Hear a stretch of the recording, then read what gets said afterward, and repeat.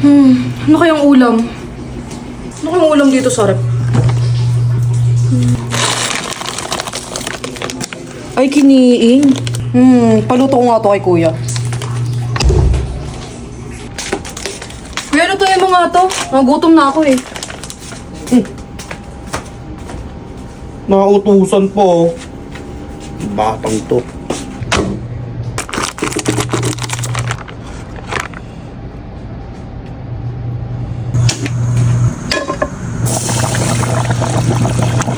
Habang pinapakuluan ko itong kiniing nanonood ako dito ng Bleach sa Lock TV. Makakanood ka dito ng libre. Pwede ka rin manood sa Hot Shorts ng libre din. Meron silang K-dramas, anime, movies at American TV shows. I-search mo lang ang Lock TV sa App Store at Play Store.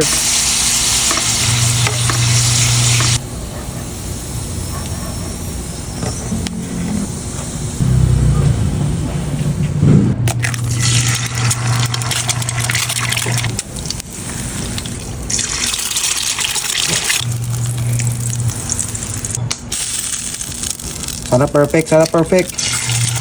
Pucha. Eto, pinakalas na talaga to.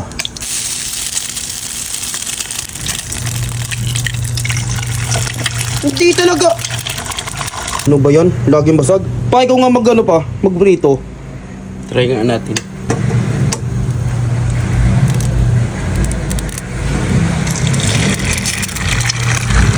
Oh! Buo! Pa, ikaw na nga rin mag-fried rice. Ay, sige, sige. Ito nga kuya, naka-ready na. Uy, ang bilis ah. Oh, ready na. Automatic. Kunting brown lang yan. Oh, yung bagong sahing ipa-fried rice mo. Ito nga dapat masarap eh.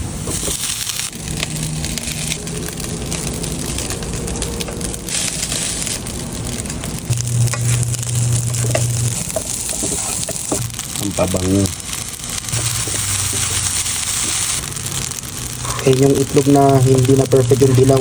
Ayaw mo magbuo ha.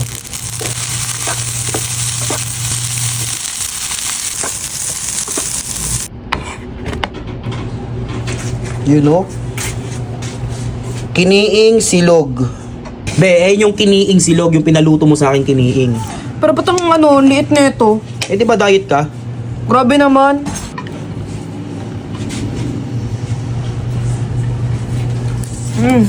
Sarap.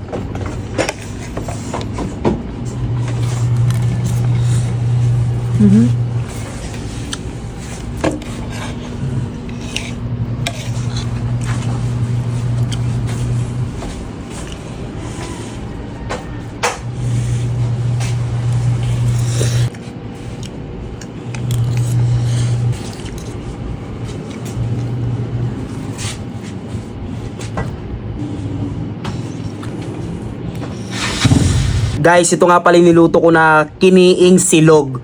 Bale, pinaluto nga pala sa akin to ng kapatid ko. Tapos si Papa na nagluto ng buong itlog. Tapos fried rice. So, titikman natin itong kiniing, no?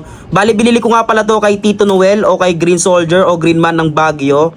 Dun sa kanyang pasalubong store. Kaya kung mapapadaan kayo sa kanyang pasalubong store, bumili kayo ng kanyang kiniing. Tikman natin. Lasang-lasa yung smoky flavor, ha. May nakagawa na ba nito? Kiniing silog. So, Ikaw pa lang daw gumawa niya.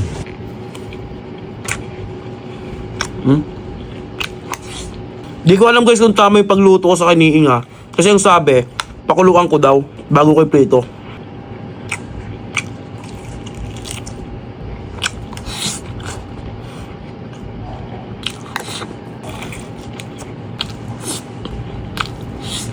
Sakto guys, madaling araw na. Breakfast. Shoutout nga pala sa White X.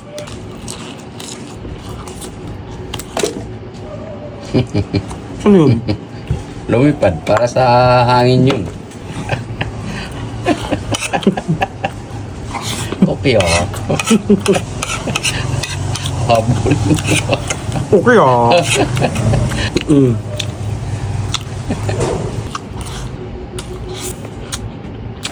Nasantok pa ako.